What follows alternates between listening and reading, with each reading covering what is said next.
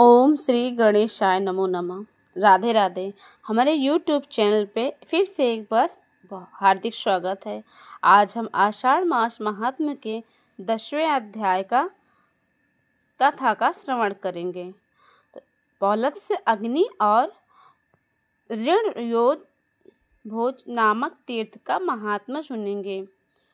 तो चलिए रसपान करते हैं आज के अध्याय का। श्री ब्रह्मा जी कहते हैं, इसके बाद भगवान सुपर्ण संगम तीर्थ तथा कृंदावन नामक तीर्थ संगम तीर्थ है, जहाँ भगवान महेश्वर के गंगा के तट पर स्थित है। वही अग्नि कुंड, रुद्र कुंड, विष्णु कुंड, सूर्य कुंड, सोम कुंड, कुमार कुंड तथा वरुण कुंड और ब्रह्म कुंड भी हैं। उस स्थान पर अप्सरा नाम की नदी गौतमी गंगा में मिली है। उस तीर्थ के स्मरण मात्र से ही मनुष्य धन्य हो जाता है। उसके आगे पुरुरवा नामक तीर्थ है, उसके दर्शन की तो बात ही क्या है। स्मरण मात्र से ही पापों का नाश हो जाता है। एक समय राजा पुरुरवा ब्रह्मा जी की सभा में गए। वहाँ देव नदी सरस्वती ब्रह्मा के पास बैठकर हंस रही थी।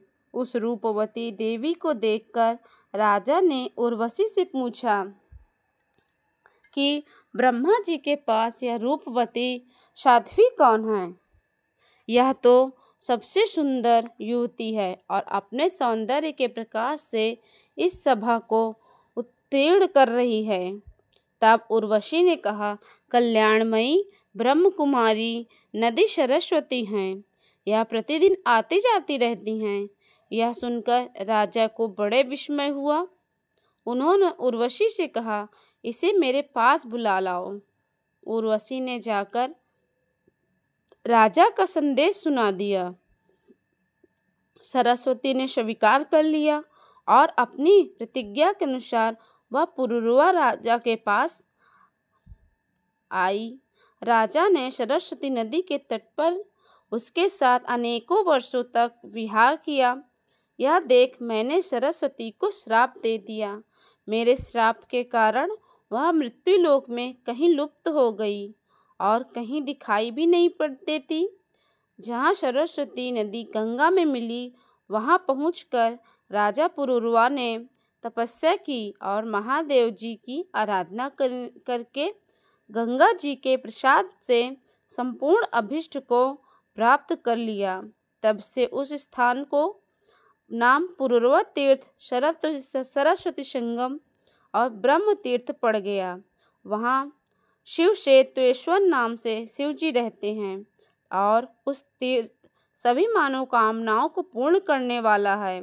उसके सिवा सावित्री, गायत्री, श्रद्धा, मेघा और सरस्वती के ये 5 पुण्य तीर्थ हैं। वहाँ स्नान और जल दान करने से मनुष्य सभी पापों से मुक्त हो जाता है।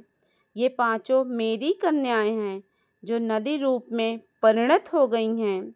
जहाँ वे भागीरथी गंगा से मिली हैं, वहीं 5 तीर्थ हैं। ये 5 नदियाँ और सरस्वती पवित्र तीर्थ हैं।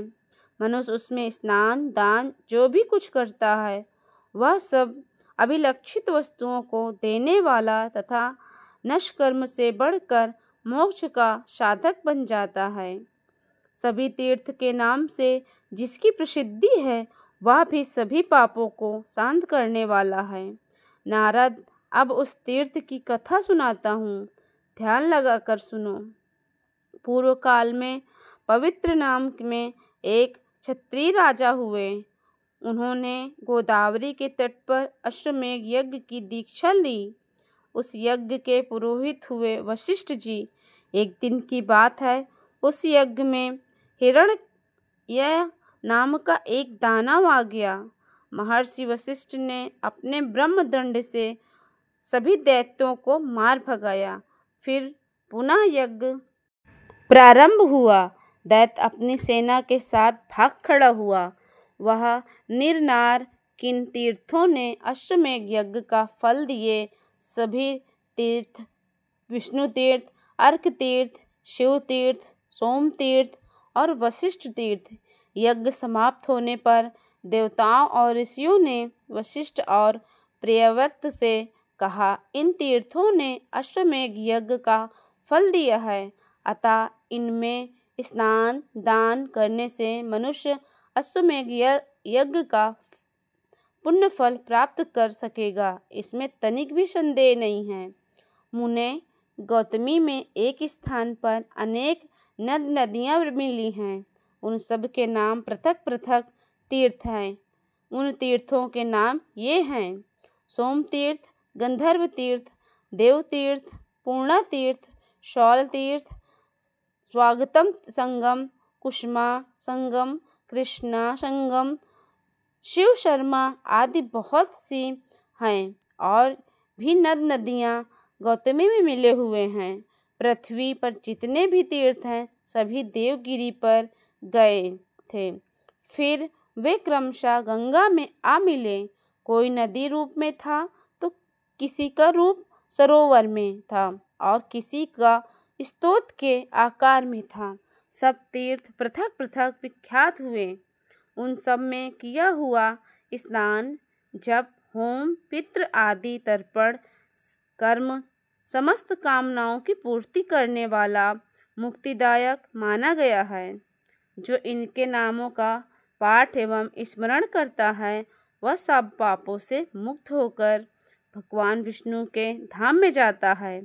वृक्षा संगम नामक एक तीर्थ है जहाँ वृंदेश्वर नामक शिव का निवास है। उस तीर्थ की कथा सभी पापों को नाश करने वाली है। अब उस तीर्थ की कथा सुनो।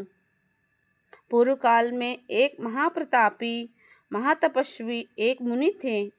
उनका नाम वृद्ध गौतम। वे जब बालक थे तब उनके पिताजी ने किसी तरीके से उनको यज्ञोपवीत यज्ञ करवा दिया।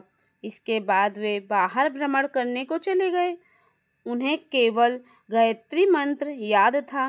वे वेदों का अध्ययन और शास्त्रों का अभ्यास भी नहीं कर सके।